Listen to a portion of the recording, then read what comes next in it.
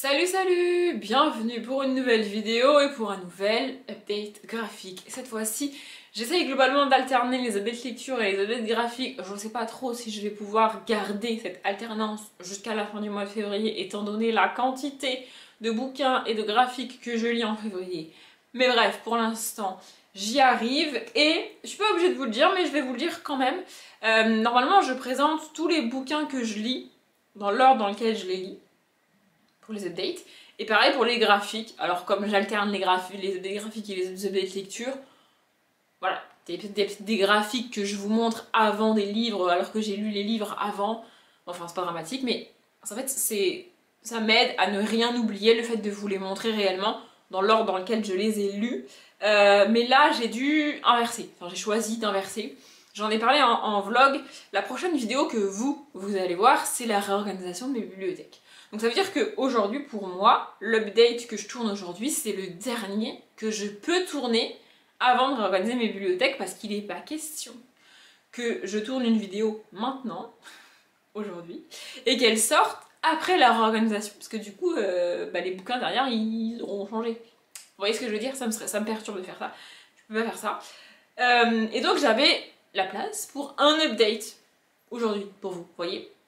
Et donc, normalement, en fait, il y a des graphiques que j'ai lus avant ceux que je vais vous montrer aujourd'hui, dont je vous parlerai après. J'ai fait ça parce que les graphiques dont je vais vous parler aujourd'hui, pour la plupart, ce sont des graphiques que j'ai empruntés à la bibliothèque et qu'il faut que je les ramène en fait. Et du coup, le temps d'attendre que j'ai réorganisé mes bibliothèques et de pouvoir tourner un nouvel update graphique, ça va repousser le fait que je rende les livres à la bibliothèque.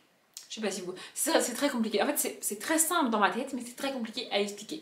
Tout ça pour dire, et c'est pas très grave, il y a des graphiques que j'ai lus avant les graphiques que je vais vous montrer aujourd'hui, dont je vous parlerai dans probablement quelque chose comme 2 semaines.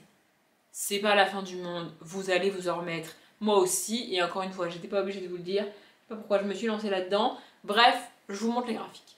Les 2 premiers, vous les avez vus en vlog et j'avais dit que je les détaillerais en update graphique. Donc c'est les Harry Potter Magie Noire et Baguette Magique. Donc c'est les coffrets Harry Potter.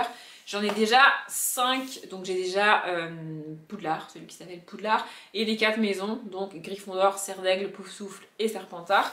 Et j'avais vu qu'il existait le Baguette Magique. Mais je m'étais dit ouais non, vas-y, flemme, chiant, tu vois. Mais ensuite j'ai vu celui-là. Et alors celui-là j'ai pas pu résister à l'acheter. Et tant que j'y étais, du coup, j'ai pris le deuxième.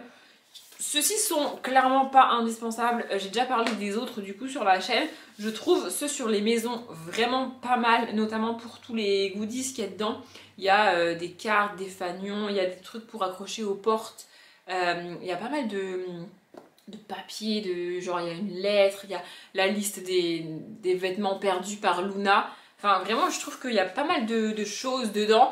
Après, ce qui est écrit dedans, c'est pas hyper... Enfin, genre, tu le sais déjà, tu vois. Et aussi, parce que il me semble que je l'ai pas précisé, mais tout ce qui est écrit là-dedans, c'est basé sur les films, pas sur les livres. Et si vous avez vu ma vidéo Harry Potter adaptation, il y a quand même pas mal de différences entre les deux. Bref, j'ai rien sorti de dedans pour vous montrer tous les goodies qu'il y a. Alors, je vais vous remontrer comment ça se présente. Du coup, voilà, ça s'ouvre comme ça. Et là, c'est en accordéon. Attendez. Vous voyez, avec toutes les écritures. Et en fait, là, dedans, il y a des fois, il y a des trucs qui sont scotchés, des trucs qui sont comme collés avec une espèce de colle pâte à fixe chelou. Et je sais pas, je crois pas que ce soit le cas dans celui-là. C'est le cas dans l'autre, je vous montrerai. Des fois, il y a des espèces de poches, oui on dit ça après chez moi. Bref, il y a des espèces comme des mini enveloppes dans le bouquin, enfin bref. Et dedans il y a donc des cartes et tout. Ici au milieu on a toujours une enveloppe avec des trucs dedans et donc un crayon. Et là il y a toujours une pochette avec des trucs dedans. Moi j'ai rassemblé tout ce qui était collé et tout dedans, dans les pages, là, dans l'enveloppe au milieu. Et je vais essayer de vous montrer rapidement ce qu'il y a. J'ai tout laissé dedans volontairement et je pense que je compléterai mon tableau Harry Potter. Là, je sais pas si vous voyez de quoi je parle. J'ai 2 tableaux en liège que j'ai divisés en 2 à chaque fois. Et du coup, j'ai fait une moitié de tableau par maison. Et donc, je pense que je compléterai ces tableaux-là avec ce qu'il y a là-dedans. J'ai fait ces tableaux-là avec les 5 autres que j'avais déjà. Donc ici, ici c'est magie noire, du coup on a les méchants à chaque fois. Donc on a Alecto, Caro, bon, les méchants pour Sirius, pas vraiment, mais bref, on a Sirius, on a donc Drago, j'adore cette photo, elle est trop belle.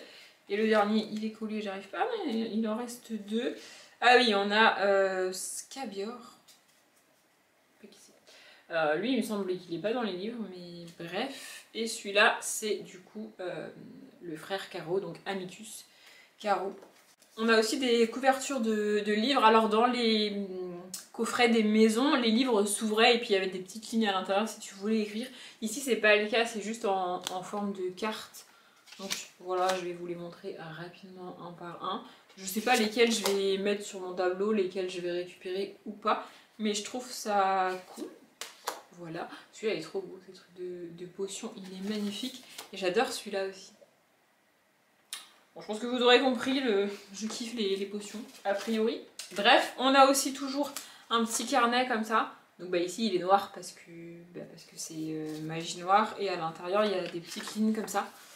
Alors c'est sympa, mais juste le format très haut comme ça. À part pour faire des to-do list, je sais pas trop à quoi ça peut me servir. Et je fais pas vraiment de to-do list. Donc voilà. Ensuite, on a un petit truc de post-it. Du coup, c'est pour ombrage, hein. C'est pour ça que c'est rose et qu'il y a un chat, même si c'est magie noire. Voilà. Ensuite, on a ça. Alors ça, je vous avoue que j'ai pas compris ce que c'était et que c'est pas non plus hyper cool.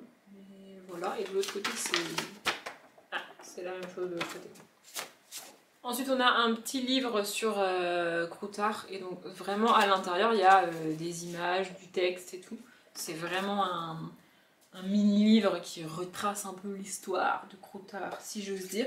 Ensuite, on a ça. Alors, je vous le montre, mais je déteste ces trucs-là. Moi, ça me fait mal aux yeux. Je sais même pas si vous allez arriver à voir. En fait, il y a deux... Vous voyez, ça bouge et tout. Moi, ça me défonce les yeux. Pardon pour le gros mot, mais vraiment ça me fait trop mal, j'aime pas ces trucs là. Ensuite on a 3 affiches Wanted là, des mange-morts recherchés. Donc on a Alecta Caro, on a Bellatrix Lestrange, elle je vais m'en servir c'est sûr. Et Greyback. Voilà. On a aussi un marque-page. Je vous avoue que je suis pas très fan du marque-page, mais soit. Tout ça c'est dans le même bouquin, hein, je rappelle. Voilà, on a aussi un même mini bouquin comme sur Croutard mais sur Azkaban cette fois, donc avec pareil des images et tout à l'intérieur.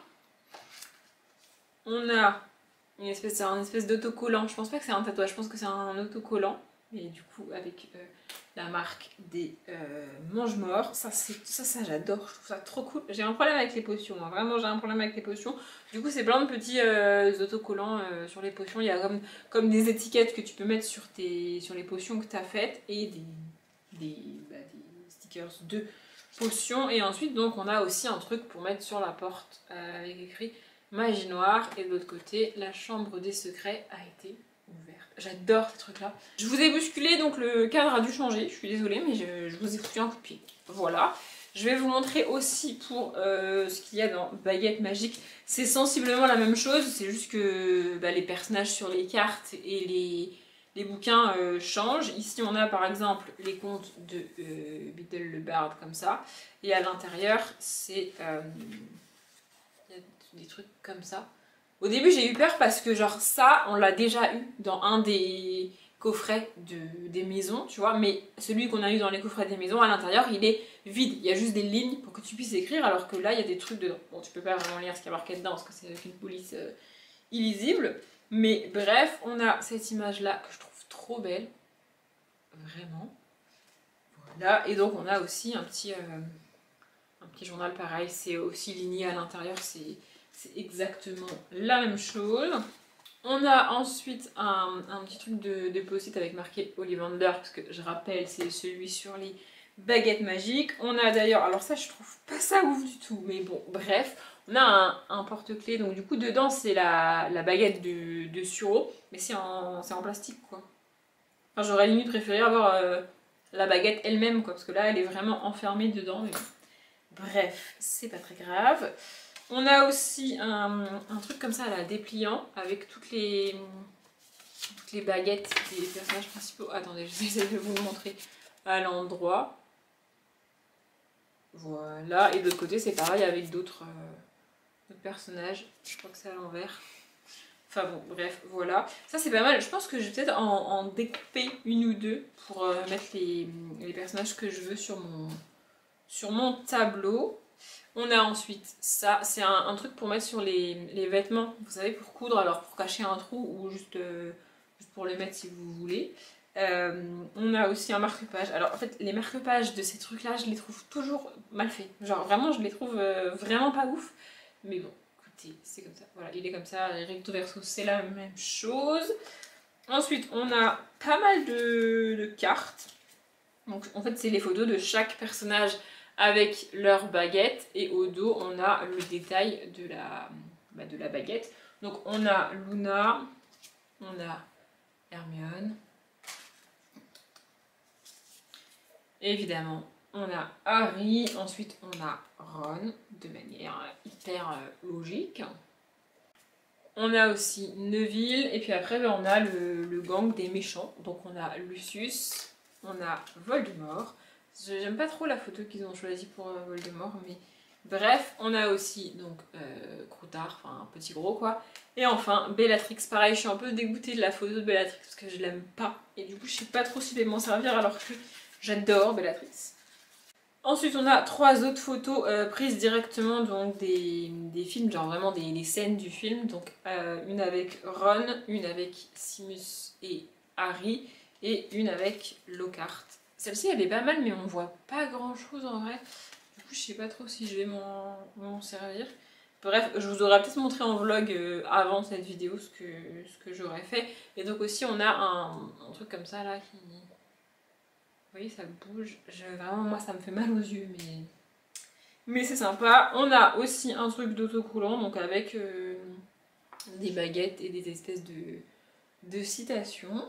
Voilà, et là, je vous ai montré tout ce qu'il y avait dans celui des baguettes. Je voulais juste vous montrer parce que j'avais dit que je le ferais. Voilà, du coup, c'est le même principe, hein, je vous ai pas montré, mais c'est exactement la même chose avec l'accordéon et tout. Et je vais vous montrer de ce côté-là, ça sera peut-être plus simple. Voilà, des fois il y a des espèces de pochettes comme ça là. Toutes les photos que je vous ai montrées, elles étaient en fait là-dedans. D'ailleurs, j'ai pas vérifié si j'en avais pas oublié. Non. Voilà pour ça. À lire, c'est très rapide et c'est pas hyper utile. Moi, je les ai achetés surtout pour les goodies qu'il y a dedans. Les premiers que j'avais eu, en fait, je sais même pas si je les aurais achetés si mes potes n'avaient pas acheté les 2 premiers que j'ai eu, c'est-à-dire Poudlard et Serdaigle. Et après, j'ai complété la collection. Je sais pas s'il y en a d'autres qui sont sortis. Parce que là j'en ai 7 en tout, peut-être qu'il y en a d'autres, je sais pas. Bon, on a passé beaucoup de temps là-dessus, je sais pas combien de temps ça aura duré pour vous au montage, mais il est plus que temps qu'on passe aux autres graphiques de cette vidéo. Et le premier c'est Enola et les animaux extraordinaires, le tome 4, le Yeti qui avait perdu l'appétit de Joris Chamblin et Lucie Thibaudier. J'adore cette saga, vraiment, j'étais trop contente de le trouver à la bibliothèque celui-là. C'est des graphiques qui sont très courts, ils font une 30aine de pages à chaque fois. Et donc on suit Enola qui est vétérinaire pour animaux extraordinaires. Donc dans l'ordre des tomes, on a la gargouille, la licorne, le kraken et donc ici le Yeti. Voilà, ici elle est appelée par un monastère perdu dans la montagne parce que le Yeti qui protège les environs a arrêté de manger depuis quelques temps et donc du coup ils se demandent ce qui lui arrive à ce Yeti et ils ont peur parce que le Yeti les protège des loups qu'il y a dans la montagne et donc si le Yeti va pas bien et qu'il arrête de les protéger, les loups vont les bouffer. Donc du coup ils appellent Enola pour qu'elle les aide. J'adore cette saga, vraiment je trouve ça très cool. Je vais vous montrer une planche. Ça se lit hyper rapidement, c'est hyper fun, vraiment, j'adore. Je vous montre le dos aussi parce que j'ai une passion pour les dos des BD, mais enfin, bref. Ensuite, j'avais pris à la bibliothèque toujours La Sentinelle du Petit Peuple, le tome 1, La Pommade de Fée de Fornes, Carbone et Barreau. C'est une saga que j'avais vu passer, mais comme je suis pas très fan de tout ce qui est Petit Peuple, les fées, les gnomes, les machins, les trucs, j'avais pas tenté et je vous avoue que acheter un graphique, c'est quand même un petit budget et j'ai pas spécialement envie de tenter des trucs qui me tentent pas. voyez, enfin, bon bref, et d'occasion je l'avais jamais vu, du coup là je l'ai vu à la bibliothèque et je l'ai pris, et franchement j'ai bien aimé. Quand je vais le ramener, s'il y a le 2, je le prendrai. En gros on suit, comment elle s'appelle, Elina, c'est ça, on suit Elina qui rend visite avec sa mère à sa grand-mère. En fait sa grand-mère vit toute seule chez elle, et puis elle a eu un accident, du coup elle est à l'hôpital, et donc, du coup Elina et sa maman vont la voir. Et la grand-mère est taxée d'un petit peu folle parce qu'elle parle de fées, elle parle d'un monde féerique, elle parle de créatures surnaturelles qui lui parlent et tout, et donc du coup les gens rationnels comme moi se disent la vieille est tarée, faut pas l'écouter. Mais en fait il se trouve que la vieille est pas tarée, c'est juste qu'elle voit des choses que les autres ne voient pas et qui existent réellement, et donc elle transmet un tout petit peu ce savoir à Elina et elle lui dit que elle va devenir donc la prochaine sentinelle du petit peuple. Et il se trouve qu'il y a un espèce de monstre bizarre dans les parages qui terrorise un petit peu les fées et les êtres surnaturels de la forêt. Et Elina doit les aider et va les aider. Franchement, j'ai bien aimé. Je m'attendais pas à grand chose. En fait, je m'attendais à pas vraiment accrocher parce que les fées et tout, c'est pas mon délire, tu vois. Mais franchement, j'ai bien aimé. C'était assez cool. Les dessins sont sympas. Après, je vais continuer la saga en l'empruntant à la bibliothèque. Par contre, je sais pas si j'achèterai les graphiques pour les avoir dans ma bibliothèque. Mais les emprunter, c'est cool. Et enfin, du coup, j'avais emprunté Dans les yeux de Lia, le tome 1, En quête de vérité, de Cuna et Carbone. Et quand je suis allée à la deuxième bibliothèque de ma ville, j'avais déjà lu le 1, et donc j'ai pris le 2 qui s'appelle Sur les traces du coupable, et je l'ai lu dès que je suis rentrée parce que j'avais trop envie de connaître la suite. Je sais pas combien il y a de tomes dans la saga, il y en a au moins 3. Le tome 3 est sorti en septembre 2020. Donc a priori, il devrait y avoir d'autres tomes. J'espère que je vais les trouver quand j'irai à la bibliothèque parce que j'ai trop hâte en fait. En gros, dans cette saga, on suit Lia. Je vais les poser parce qu'ils sont quand même assez lourds. On suit Lia qui a eu un accident de voiture il y a quelques mois ou quelques années, je ne sais pas exactement, et qui a malheureusement perdu l'usage de ses jambes. Donc elle est en fauteuil roulant. Et juste avant que l'histoire démarre, en fait tu comprends ça au début du bouquin, mais c'est arrivé avant ce qui est écrit dans les BD, tu comprends que elle a découvert que ses parents ont accepté une somme d'argent en échange du fait qu'ils retirent leur plainte contre la personne qui a fait ça, parce qu'évidemment la personne qui l'a renversé en voiture s'est barrée, n'a absolument pas appelé les urgences, n'a absolument pas sorti sa voiture pour l'aider, il l'a laissé en plein milieu, il ou elle l'a laissé en plein milieu de la route en mode c'est pas mon problème, tu vois. Et donc elle a découvert ça. Et elle a le nom de l'avocat qui a négocié ce truc-là. Et alors elle comprend que ses parents aient accepté l'argent et retiré leur plainte, mais elle veut savoir qui lui a fait ça, elle veut un nom. Elle a, je vous ai pas dit, elle doit avoir entre peut-être 16 et 18 ans, par là. Et donc elle s'arrange pour décrocher un stage dans le cabinet d'avocat où travaille cet avocat. Alors elle est en stage avec un autre avocat, enfin une avocate en l'occurrence, du même cabinet, pas avec lui directement. Comme ça, elle a accès au dossier et son but c'est de trouver le dossier pour trouver le nom de la personne qui l'a renversé et qui a fait ça. Voilà, et donc on la suit là-dedans avec ses deux amis. Donc là ils sont tous les trois sur la couverture, c'est le tome 2. Donc lui c'est son meilleur ami chez qui elle va vivre pendant qu'elle est en stage. Et elle c'est une de ses collègues du coup du cabinet d'avocats. Voilà, et on suit ça. Et franchement j'ai adoré. J'ai adoré ces deux premiers tomes. J'ai qu'une hâte, c'est de trouver le tome 3.